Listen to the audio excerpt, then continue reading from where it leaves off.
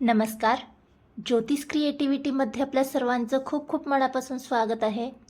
तर आज मी बनवलेली आहे साधी सिंपल नाश्त्याची रेसिपी. आज नाश्त्यामध्ये आहे उपीट. तर सगळ्यात अगोदर गॅसवर कढई गरम करून घ्यायची आणि 1 वाटी इतका बारीक रवा घेतलेला आहे.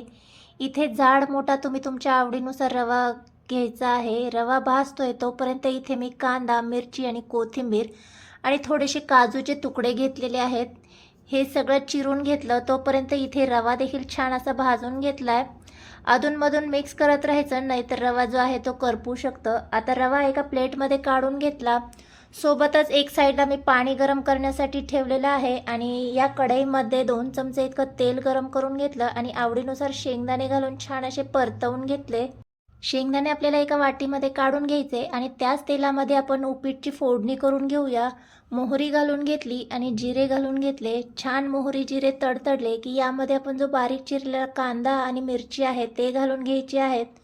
सोबतच काजू देखील मी घालून घेणार आहे. तुम्हाला काजू ऑप्शनल आहेत, आवडत असतील तरच घालून घ्या. छान 2-3 मिनटं परतवून घेणार. इथे मी सिंपल केलं आहे, जास्त आपल्याला यामध्ये भाज्या वगैरे ॲड करायच्या नाही आहेत.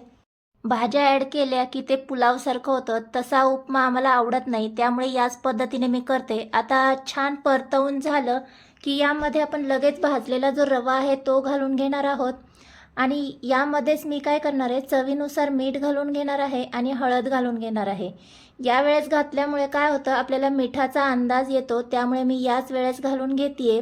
छान मिक्स करून घ्यायचे आणि आता आपण जे एक साईडला पाणी गरम करण्यासाठी ठेवलं होतं ते थोडं थोडं पाणी जसं लागेल तसं यामध्ये घालून घ्यायचं.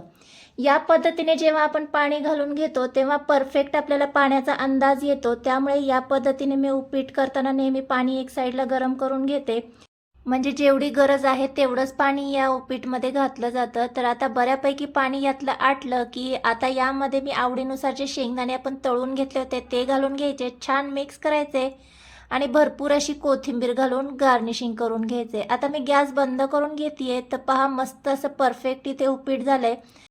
तर याच पद्धतीने आम्हाला उपीट आवडतं, यापेक्षा जास्त गिचका उपीटचा आवडत नाही. तर परफेक्ट झालंय. गरमागरम इथे आपण उपीट सर्व करून घेऊया.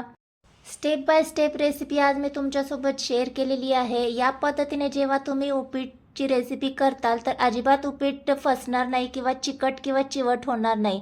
तर आजचा उपीटचा व्हिडिओ तुम्हाला कसा वाटला? व्हिडिओ तुम्हाला आवडला असेल तर प्लीज व्हिडिओला लाईक करा आणि चॅनलवर नवीन असाल तर चॅनलला सबस्क्राईब केल्याशिवाय जाऊ नका. भेटूया नेक्स्ट व्हिडिओमध्ये. तोपर्यंत मस्त खा आणि स्वस्त रहा. बाय.